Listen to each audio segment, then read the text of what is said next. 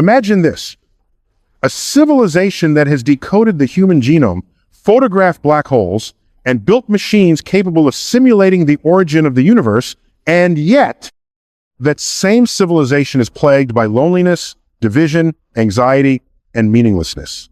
Isn't it strange that in the age of the quantum, we are still bewildered by the question of who we are? This paradox of brilliant minds and broken hearts is not merely a philosophical curiosity, it is a signal, a cosmic flare sent into the night sky, warning us that technological advancement without inner evolution is like a spaceship with no navigation system, capable of great speed, but utterly lost. We are standing at the edge of a planetary shoreline, not of sand and water, but of consciousness itself. A wave is rising not of water, but of awareness.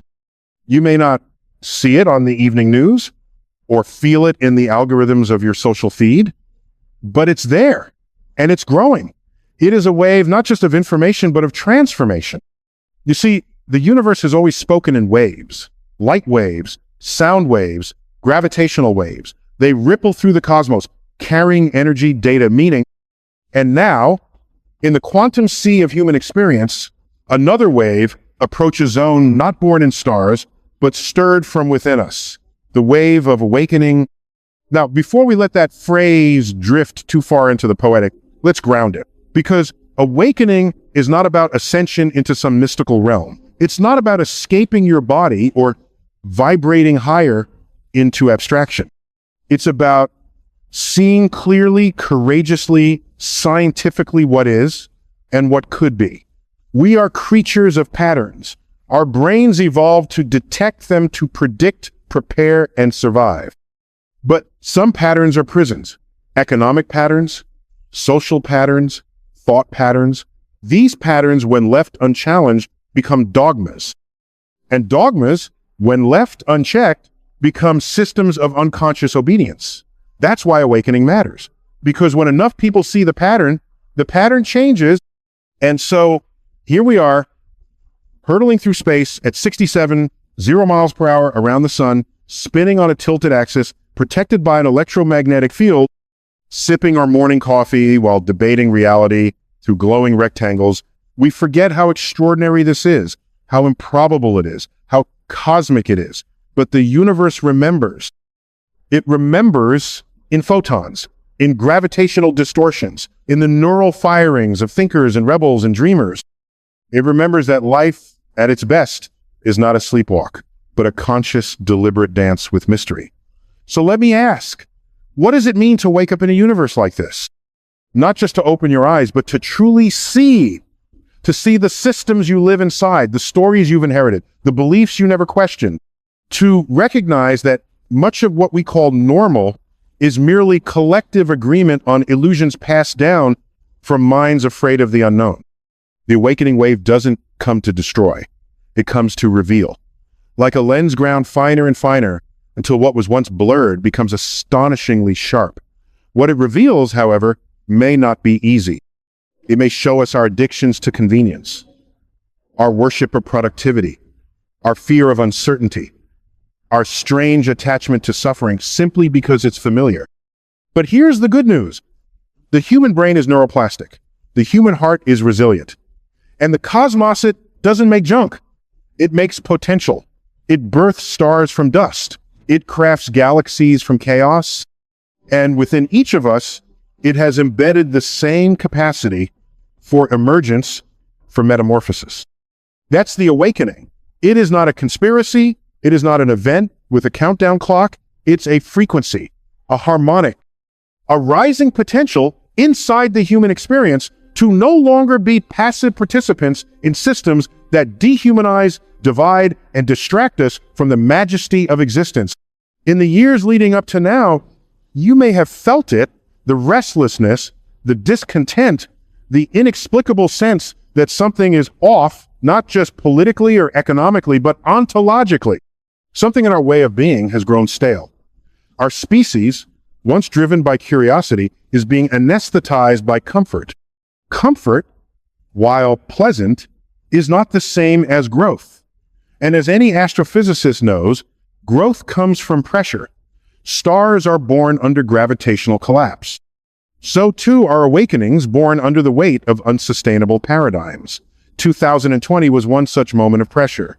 A forced pause, a global experiment in vulnerability. Some say it was a tragedy. Some say it was a hoax, but perhaps it was a mirror, a cosmic timeout, not to punish, but to reveal. And what it revealed was not new, it was what had long been ignored.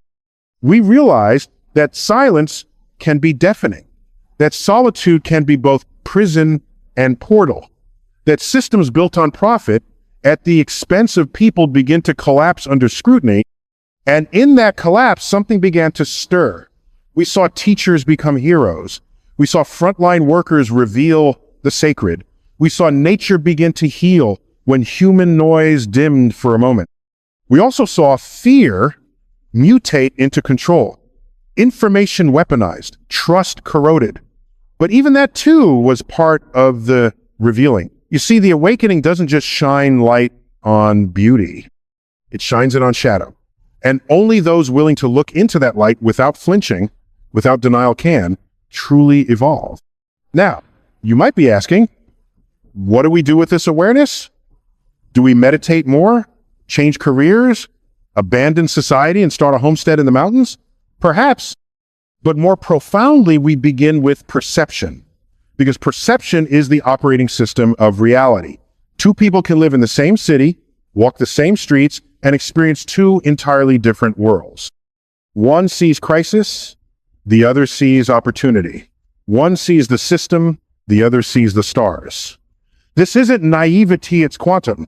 The observer effect is real. We are not passive spectators in the universe. We are co-authors. We are shapers of the very reality we interpret. The wave function collapses not just when observed, but when understood. And so we begin to reclaim authorship.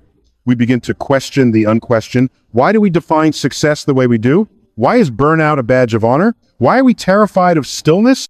Why do we entrust our inner compass to algorithms? These are not merely philosophical musings. These are survival questions.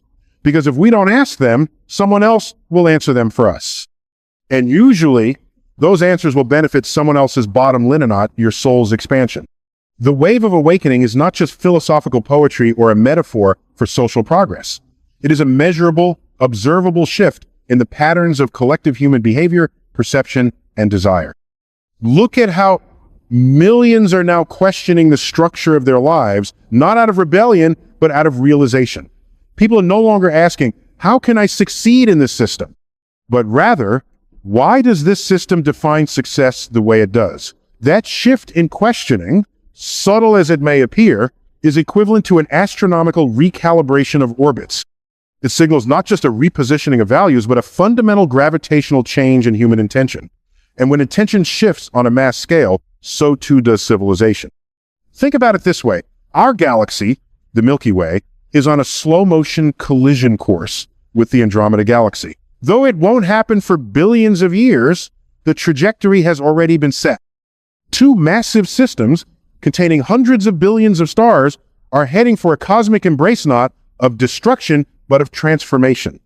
New stars will be born from the friction. New systems will emerge from the chaos. That's what happens when two great bodies bound by gravity meet. The old structures get shattered, but new beauty emerges in the ruins. In many ways, our global society is undergoing a similar process. The systems we've lived, bioeconomic, social, educational, even spiritual air, colliding with a new awareness, a new frequency of being. And yes, that collision brings friction. It brings discomfort, but it also brings opportunity, the kind of opportunity that only arises when we dare to question the orbit we've been following for generations. But make no mistake, awakening is not passive. It's not something that just happens to us. It requires participation. It demands a form of courage that science itself celebrates: the courage to doubt, to explore, to revise. Galileo faced the Inquisition not because he was wrong, but because he was right too early. Darwin was ridiculed not because he hated God, but because he followed the evidence. Every awakening begins as heresy in the eyes of the status quo. And yet, without those heretics, humanity would still believe that the Earth is the center of the universe. or that slavery is natural, or that women cannot lead, or that love must fit into specific rules. So when you feel the discomfort of questioning long-held beliefs, remember you are participating in the sacred tradition of cosmic evolution. To awaken is not to find answers, it is to become intimate with better questions. Questions that do not soothe, but stir. Not, what career should I pursue to be successful? But what kind of work aligns with the rhythm of my deepest knowing? Not, how can I be accepted? But what parts of myself am I betraying in the name of belonging? These are not indulgent reflections. These are the cosmic coordinates by which we steer our inner ship. The great astronomer Carl Sagan once said, "We are a way for the universe to know itself." That statement is more than poetic. It is literal. In you, the carbon from stars has arranged itself into a pattern capable of self-reflection. And that reflection, that strange, miraculous capacity to observe your own thoughts, your own culture, your own place in time, is the birthplace of awakening. When you begin to see not only the external world, but the internal programming that interprets it, you gain power. Not the kind of power that dominates others, but the kind of power that liberates yourself. The kind that no government, no crisis, no algorithm can take away. And this is where it becomes practical. Awakening, contrary to the misconception, is not about escaping responsibility, it's about embracing a higher form of it. It means no longer blaming the system for everything wrong in your life, but also not blindly accepting the system as just. It means saying, yes, the world is flawed, but how am I complicit in that flaw? By what I accept, repeat, and ignore. It means refusing to outsource your inner authority to any ideology, group, or influencer, because in the end, they cannot live your truth for you. You must calibrate your own telescope. You must interpret the data of your life with the rigor and wonder of a cosmic scientist. This is not about becoming perfect. Perfection is an illusion. The universe doesn't do perfect. It does complexity. It does emergence. It does feedback loops and second chances. In the cosmic story, the asteroid that wiped out the dinosaurs paved the way for mammals. The entropy of death gives rise to the soil for new life. So too, in your life, the breakdowns are not signs of failure, they're signals of recalibration. Invitations to evolve. And yet, many will resist this wave. That's to be expected. Resistance is a natural part of evolution. Cells resist mutation. Cultures resist change. The immune system resists foreign body 7 when those bodies bring healing. So don't be surprised when your awakening is met with ridicule, dismissal, or silence. That doesn't mean you're wrong. It means you're early. And to be early is to be alone for a time, but not forever, because the wave is not yours alone. It is cresting across continents, whispered in poems, screamed in protests, coded into art, decoded in therapy rooms, and surfacing in the silent tears of those who can no longer pretend. The cosmos teaches us this: no wave rises without first disturbing the surface. And every disturbance, every ripple, is an invitation to look deeper, not just at the world, but at ourselves. The next chapter of human history is not being written by governments or corporations. It's being written in minds that are willing to evolve. It's being shaped by individuals who, in quiet defiance of the norm, choose awareness over numbness, connection over control, questions over certainty, and presence over performance. You are not a passenger in this process. You are the wave itself. To say that you are the wave may sound poetic, but it is grounded in science. Every decision you make, every perception you alter, sends ripples through the quantum field of collective human behavior. This is not metaphor, it's physics. We are entangled, not just emotionally or biologically, but fundamentally. Quantum entanglement tells us that particles, once connected, remain in a state of shared information, regardless of the distance between them. The universe, in its quiet complexity, has shown us that separation is an illusion. What you awaken to within yourself is not isolated. It vibrates outward, reshaping the invisible lattice of shared consciousness. That's why your choices matter more than you think. Because you are not just changing your life, you are subtly changing the field from which all lives emerge. Let's bring this down to Earth for a moment. The turbulence we see in our world in politics, in economics, in culture is not just a series of unfortunate events, it is the outer expression of inner dissonance. When enough people live in fear, society calcifies. When enough people live unconsciously, systems lose integrity. But when enough people begin to awaken to their own agency, to their own pattern-making capacity, the world begins to repattern itself in ways previously thought impossible. We saw glimpses of this during global crises. When lockdowns paused, the machinery of busyness, something extraordinary happened. People reevaluated, not because they were told to, but because stillness finally had a chance to speak. And in that stillness, some heard the faint voice of purpose. Others saw the illusions they had been feeding. Some began to question why the architecture of their lives was built on productivity instead of meaning. But here's the challenge with awakening. Once you see, you cannot unsee. And seeing is not always comforting. In fact, it's often painful, because you begin to recognize how many of your choices were not made from freedom, but from conditioning. How many of your opinions were inherited rather than investigated? How many of your habits were coping mechanisms disguised as personality traits? That realization can be disorienting, but disorientation is a sign that the compass of consciousness is trying to reset. You are not losing your mind. You are finding your alignment.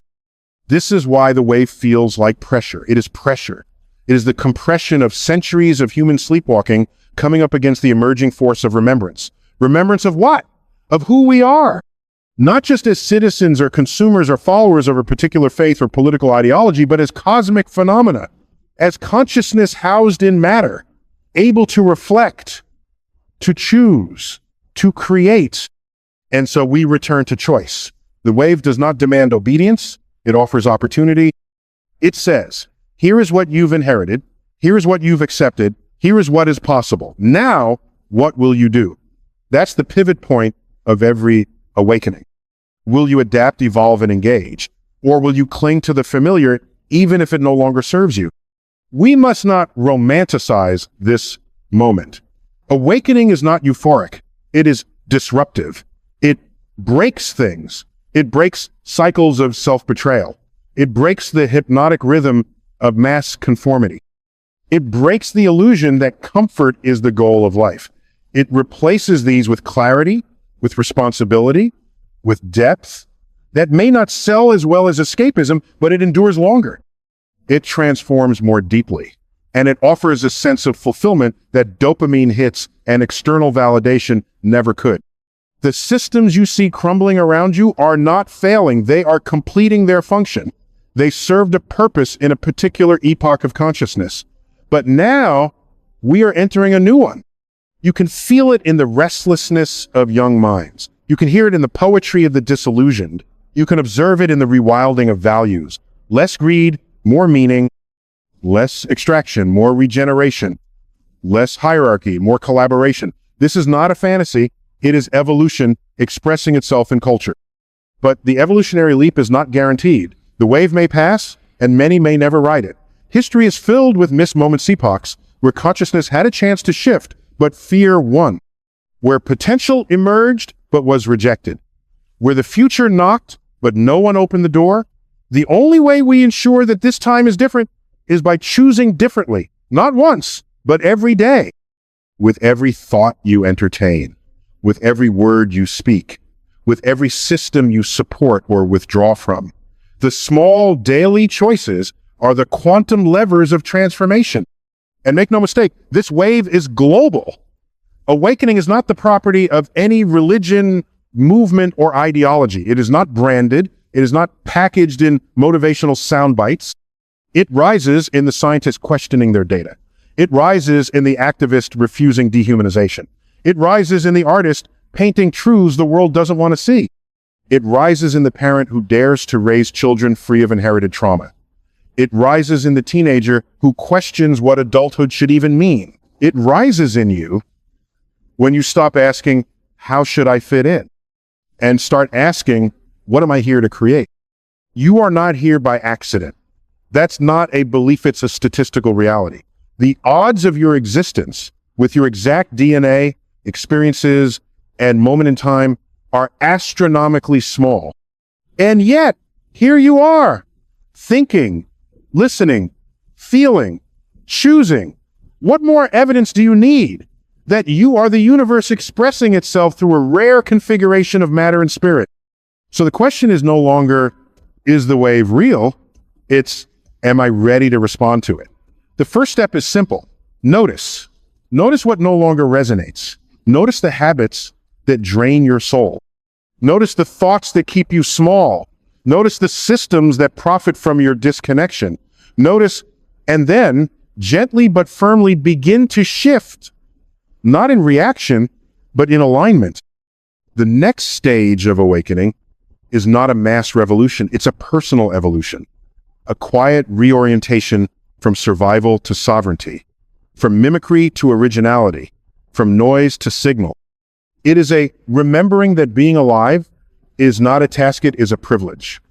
And that privilege comes with a question the universe has never stopped asking: what will you do with your light? As the wave swells higher, its influence becomes more visible in the world of form. Nowhere is this more evident than in the domain of money. Currency, value, wealth, these are not merely economic instruments. They are mirrors of collective belief. What we call money is, in truth, an agreementa shared hallucination backed not by gold, but by trust. That trust has a frequency. It fluctuates with our perception of stability, authority, and truth. And today, that frequency is wobbling. Economic systems are complex, adaptive networks. They are influenced by psychology, policy, technology, and global events. Shocks may appear sudden, but often they are the delayed result of long-term trends patterns we can study, model, and understand. The challenge is not to fear upheaval, but to learn from it with the tools of critical thinking and scientific inquiry. The systems that once relied on your obedience now tremble under the weight of your awakening. As more people begin to question not just what they earn, but why they earn it, and whether that pursuit serves life or merely sustains machinery, the monetary system, like all outdated architectures, must adjuster collapse. But this collapse is not the end. It is the recalibration. The old narrative told us that security comes from external validation from jobs, titles, property, and investments. But awakening reminds us, true wealth begins within, not as a bumper sticker, as a physics. Because your internal belief system is the resonance chamber through which all outer experience flows. If you carry the frequency of fear, lack, or victimhood, you will attract structures that reinforce those codes. But if you begin to shift even slightly toward the awareness that you are not here to compete, but to co-create, then the economic game begins to play by different rules. You stop being a pawn and begin operating as a conscious participant in the energetic economy of reality. That may sound abstract until you realize it already governs your life. You felt it in moments of synchronicity when the right person shows up, the opportunity arises, or the solution presents itself at the precise moment of surrender. That's not coincidence. That's coherence. That's what happens when your internal algorithm aligns with the greater logic of the cosmos. And in that alignment, resources begin to flow not because you demanded them, but because you became a channel clear enough to receive them, not through effort alone, but through clarity. Clarity is currency, not because it buys things, but because it arranges your priorities into a geometry that the universe can respond to. Clarity tells the quantum field, this is who I am now. This is what I'm available for. This is the story I no longer carry. And the field forever listen adjusts. But let us be real. The world does not reward clarity immediately. Systems built on distraction fear the one who sees. Marketing empires rely on confusion. Political structures thrive on division. Financial institutions depend on dependency. So when you begin to awaken, to simplify, to detach from drama, don't expect applause. Expect resistance. Not because you are wrong, but because you are leaving the gravitational field of unconsciousness, and escape velocity always burns. The mind, too, will resist. It will whisper, "Who do you think you are?" It will echo ancestral fears of survival. It will tempt you with old comforts. But if you observe closely, you'll see that most of your suffering is not caused by the world, it's caused by the interpretation of the world through outdated code. Thoughts like, "I'll never be free. I have to struggle to deserve love. I'm too late." These thoughts are not facts. They are artifacts, fossils of an old paradigm. You do not need to excavate them with judgment. You only need to upgrade your mental operating system. And like any upgrade, this one may require a reboot, a temporary loss of function, a recalibration. You may lose people, habits, even parts of your identity. That's not failure. That's formatting. That's the price of coherence. And coherence is what the wave of awakening demands. Not perfection, but resonance. You cannot fake resonance. The universe doesn't react to your thoughts or affirmations. It follows physical laws, but your biology, your stress responses, your attention, your choices does affect your environment, your outcomes, and your interpretation of reality. It's not about energy in a mystical sense. It's about psychology, neuroscience, and cause and effect. What you consistently focus on shapes your perception, and perception, in turn, directs your path. This is why the next phase of awakening requires embodiment. Not just knowledge, but integration. Not just insight, but practice. Not just talking about consciousness, but living your finances, your relationships, your digital behavior, your attention span. Attention is the most valuable currency of the 21st century. And the greatest act of resistance you can perform is to reclaim it from the scroll, from the spin, from the noise that hijacks your awareness and feeds your uncertainty. Because in that awareness lies your most sacred asset, your ability to choose. And that choice, though microscopic in any given moment, is cosmically significant. Because with each choice, you are either affirming the old narrative or creating the new one. You are either reacting from programming or responding from presence.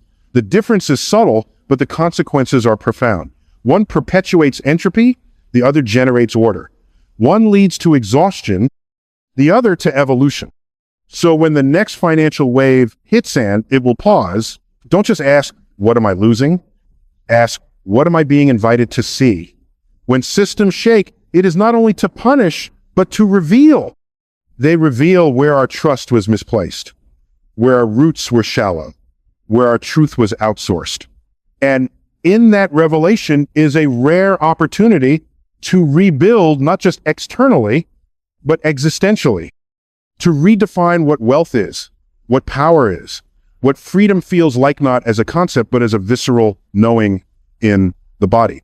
A knowing that no algorithm, no institution, no ideology can erase. This is the terrain of the wave now. Not just spiritual, not just philosophical, but structural, tangible. It will ask you to rethink everything from how you earn, to how you love, to how you vote, to how you rest. It will show you that rest is not laziness, but rebellion in a culture of exhaustion. That joy is not frivolous, but fuel. That boundaries are not selfish, but sacred. And most of all, that awakening is not a destination, it is a daily practice. A practice of radical presence, of courageous questioning, of becoming, moment by moment, a clearer signal for the world you wish to inhabit. As the wave rises, it does not lift all boats equally. This is not because the universe plays favorites, but because resonance requires readiness.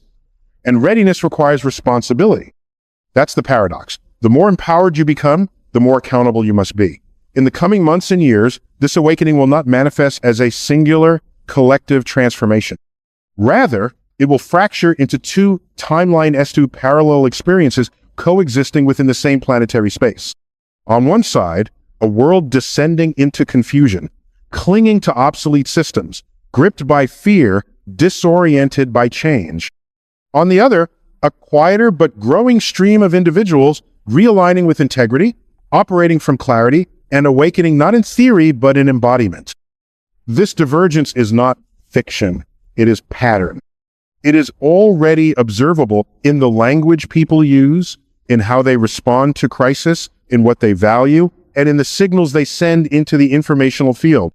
We are seeing the early formation of what could be described, not mystically, but anthropologically, as a split in consciousness. The same external event may occur, a crash, a disruption, a revelation, and two people may interpret it in entirely different ways. One sees loss, betrayal, apocalypse. The other sees clarity, initiation, rebirth. Same world, different lens. This is not delusion. This is neuroplasticity, choice, and the evolutionary power of perspective. This bifurcation will deepen. It will not be marked by a single calendar date, nor announced on television. It will unfold silently, like tectonic plates shifting beneath the ocean. You may find yourself increasingly unable to relate to certain conversations, behaviors, or goals that once defined you. You may notice that people around you seem to be living in a reality you no longer recognize. That is not arrogance, that is evolution. Do not try to force reconciliation where the frequency has diverged. Compassion, yes. Attachment, no. The wave will separate what is no longer in harmonic resonance. And that is not a tragedy, it is a tuning. But here lies the sacred tension. How do we thrive in the midst of this divergence without turning our awakening into superiority? How do we hold space for those still in fear while not collapsing into their narrative? The answer is humility. Scientific, grounded, cosmic humility. To awaken does not make you better. It makes you more responsible. It means you've seen further and now must live more intentionally. And when you are blessed with sight, your task is not to shame the blind but to become a lighthouse. Not a rescuer, not a preacher, a lighthouse. Silent, unyielding, clear in its presence. This next wave will test not only your vision but your integrity. The external chaos may intensify. Economies fluctuating beyond prediction, politics fragmenting into noise, institutions scrambling to maintain relevance. It may feel like the center cannot hold, and for many it won't, but in the eye of that storm there will be peace. Not the peace of escape, the peace of alignment. Because when your internal architecture is sound, the external collapse does not destabilize you. You realize the world is not ending, the old paradigm is, and from its compost, something extraordinary is preparing to grow. For those tuned to this frequency, the months ahead will not be about mere survival, they will be about unprecedented flourishing. Resources will come not magically, but mathematically from the reorganization of energy. When you stop leaking power through fear, performance, and self-betrayal, that energy returns to you. It becomes creativity, intuition, magnetic clarity. The right people appear. The aligned opportunities emerge. Not because you manifested them like a trick, but because you matched them like a law. Like gravity meets mass. Like light bends around density. This is the unseen economy of awakening. It is not speculative. It is measurable in heart rate, in coherence, in decision-making speed, in emotional regulation, in nervous system health. And soon, as science catches up, it will be measurable in the collective behavior of awakened individuals who no longer panic when the market dips, because their value no longer resides in external numbers. It resides in embodied sovereignty, and sovereignty, let us be clear, is not isolation. It is not hoarding wisdom while the world burns. Sovereignty is the capacity to remain centered, generous, and clear, even while others are losing their signal. It is the ability to hold paradox, to feel deep compassion for suffering while refusing to drown in it, to know that you cannot save everyone, and yet to continue offering what you can, not as martyrdom, as mathematics. Because what you give with integrity is never lost. It ripples through the field, recalibrating the frequency of the whole. You may wonder, is it selfish to thrive while others struggle? Is it ethical to pursue joy while the world aches? But joy is not the opposite of pain, it is its transmutation. It is the proof that awakening is not an abstraction. It is alive. It moves through you. It gives back. And so I say this clearly, do not apologize for flourishing. Use it. Let your radiance be evidence that another way is possible. That awakening is not a fantasy, but a functional upgrade to the human experience. This is how we surf the wave. Not by waiting for permission, not by needing consensus, but by choosing each day to align thought with truth, action with coherence, presence with purpose. And in doing so, you become the new template, not in theory, in biology, in family systems, in finance, in leadership, in art, in silence. The wave is not a metaphor. It is not coming. It is here. The tide has turned. You can feel it in your bones. You can sense it in the deep intelligence of your cells. And though the surface of the world may still thrash with confusion, below that noise, the current of awakening flows strong. You are not late. You are right on time, not to observe history, to shape it. So now we arrive at the edge. The shoreline of your old life is behind you. The familiar structure, however dysfunctional, have drifted into the horizon. And before you is the great unknown, not of the cosmos, but of yourself.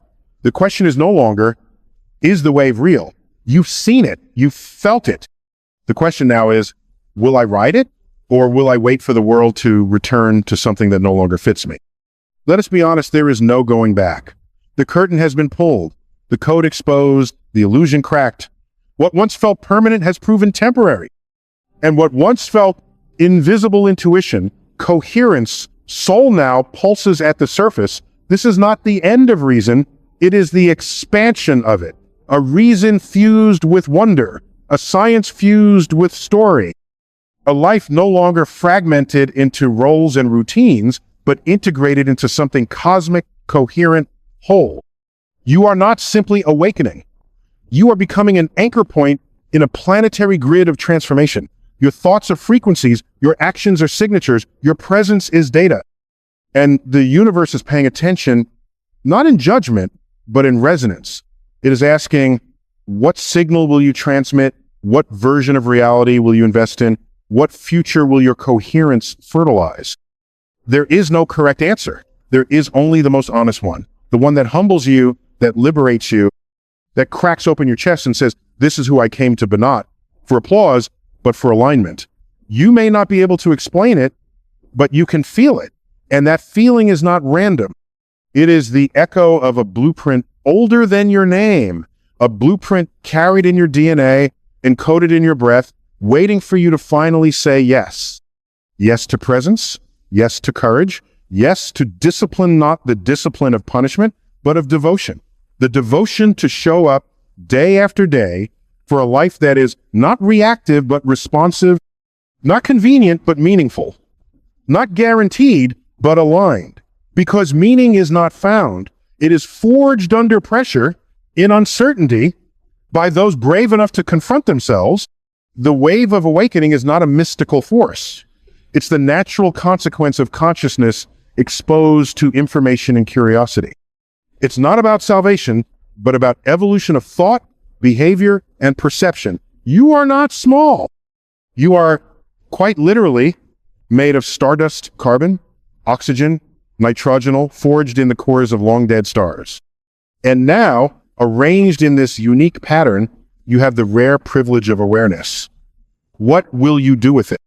And so, when the world trembles, when systems fracture and illusions scream, remember this: you are not here to fix the old. You are here to remember the new, to embody it, to live it so clearly that others remember too. You do not need to convert anyone. You only need to stop betraying what you know to be true. That is how the wave spreads. Not through noise, but through resonance. You will meet others in unlikely places, in quiet moments, people who carry that same frequency. You'll recognize them not by their words, but by their energy. As if some invisible tuning fork is vibrating between you. These are not accidents. These are nodal points in a living, breathing network of awakened consciousness. And when that network reaches critical mass, not through force, but through frequency, something irreversible will occur. Not a utopia, but a coherence. A collective hum of clarity that no system can suppress. A tipping point of truth that no institution can contain. And when that happens, you will not remember this era as the end. You will remember it as the great unmasking, the great unraveling, the The great return. Return to what? Not to a past, but to a principle. That life is sacred, that consciousness is creative, that you are not a mistake of biology, but a miracle of geometry. You are the meeting point of time and eternity, of dust and divinity. And now, as the wave crests above your head, you have a choice. Not whether to change the world, but whether to finally change how you show up in it. Will you become the frequency the future is waiting for? Will you be the signal in the static? Will you be the calm inside the storm? The wave is here. It is not metaphor. It is motion, and it does not wait. So, brace yourself and rise.